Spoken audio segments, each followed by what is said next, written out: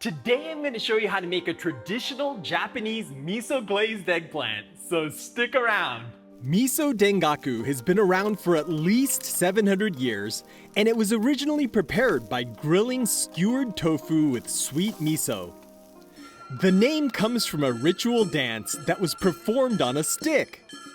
The dish has outlasted the dance, and these days, dengaku is made with a wide variety of ingredients, and one of the most popular ones is eggplant. I know, eggplant often gets a bad rap, and I once heard someone say that it was like eating a watery potato. If it's not prepared right, it can be bland and have an unappealing texture, but when you nail the preparation and seasoning, it's sweet, creamy, and mind-blowingly good. For dengaku, the trick is to roast the eggplant at a high temperature. This evaporates the excess water in the eggplant while giving you some nice browning on the outside. The roasted eggplant gets glazed with sweet, earthy dengaku miso, and you end up with this marvelously creamy dish that's like a savory creme brulee. Sounds pretty good, right? Let's take a look at our ingredients. For the dengaku sauce, I have 3 tablespoons of mirin, 2 tablespoons of miso, I'm using a tablespoon each of hachjo and yellow miso, and 1 tablespoon of sugar.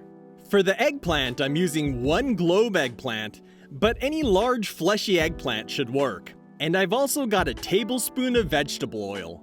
Finally, I have a scallion and some toasted sesame seeds for garnish.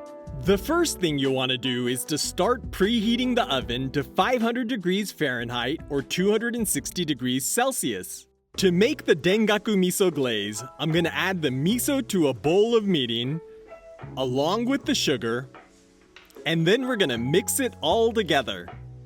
The hachjo miso in this blend has been aged for 2 years, which gives it a coffee brown color and a wonderful nutty taste. The yellow miso, on the other hand, is aged for less time, which gives it a fresher taste.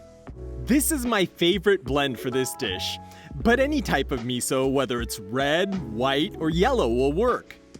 Okay, once your dengaku sauce is smooth and free of lumps, it's good to go. Next, I'm gonna go ahead and chop up some scallions to garnish our miso glazed eggplant. These are a fairly thin variety called banno negi, but regular scallions or chives will work fine, and you can also garnish this with other aromatics like ginger or shiso. For the eggplant, you want to find the flat surface by letting it roll. Then you can tip it up and slice it in half lengthwise, so the eggplant will lay flat without rolling around. Now you want to score the perimeter of the eggplant about a ½ inch deep, being careful not to slice through the skin. This makes it easier to eat because it creates a separation between the skin and the meat that you can dig your spoon into. Finally, you'll want to score the center of the eggplant. I usually do this diagonally in a crosshatch pattern because I like the way it looks, but you can do it in a standard grid as well. This divides the eggplant into bite-sized pieces. It also creates more surface area, which makes it cook faster and lets the miso glaze season the eggplant to its core. Next, I'm going to divide most of the oil between the cut surfaces of the eggplant and rub it in with my fingers.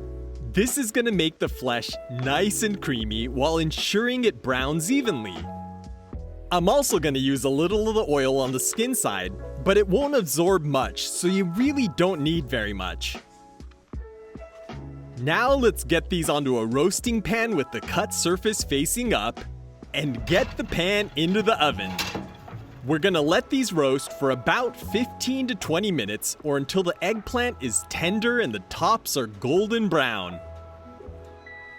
Okay, that should do it, so let's get them out of the oven to glaze. Before we glaze these, I want to thank my supporters who are helping me make these videos. There are many ways you can help, so if you're learning something new from my recipes, hit the link in the description down below to see what you can do. Just look at how beautiful these are, but they're about to get even better. I'm gonna take that savory sweet dengaku miso and slather it all over the tops of the eggplant.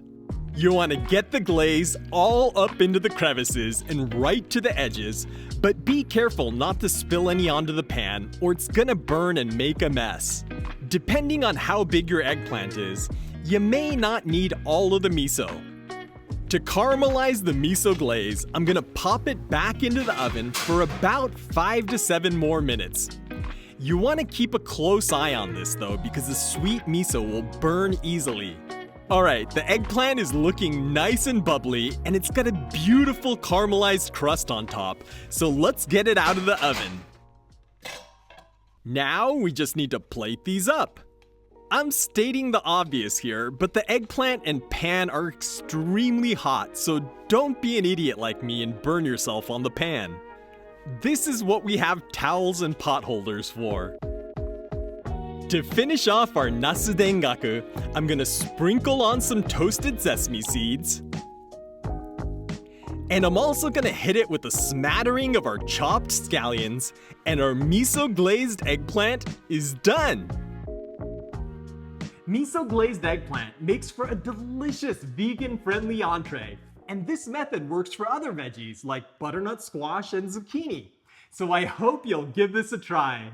As always, you can let me know you enjoyed this video by giving this a big thumbs up, and don't forget to share it with all your friends that could use a good plant-based recipe.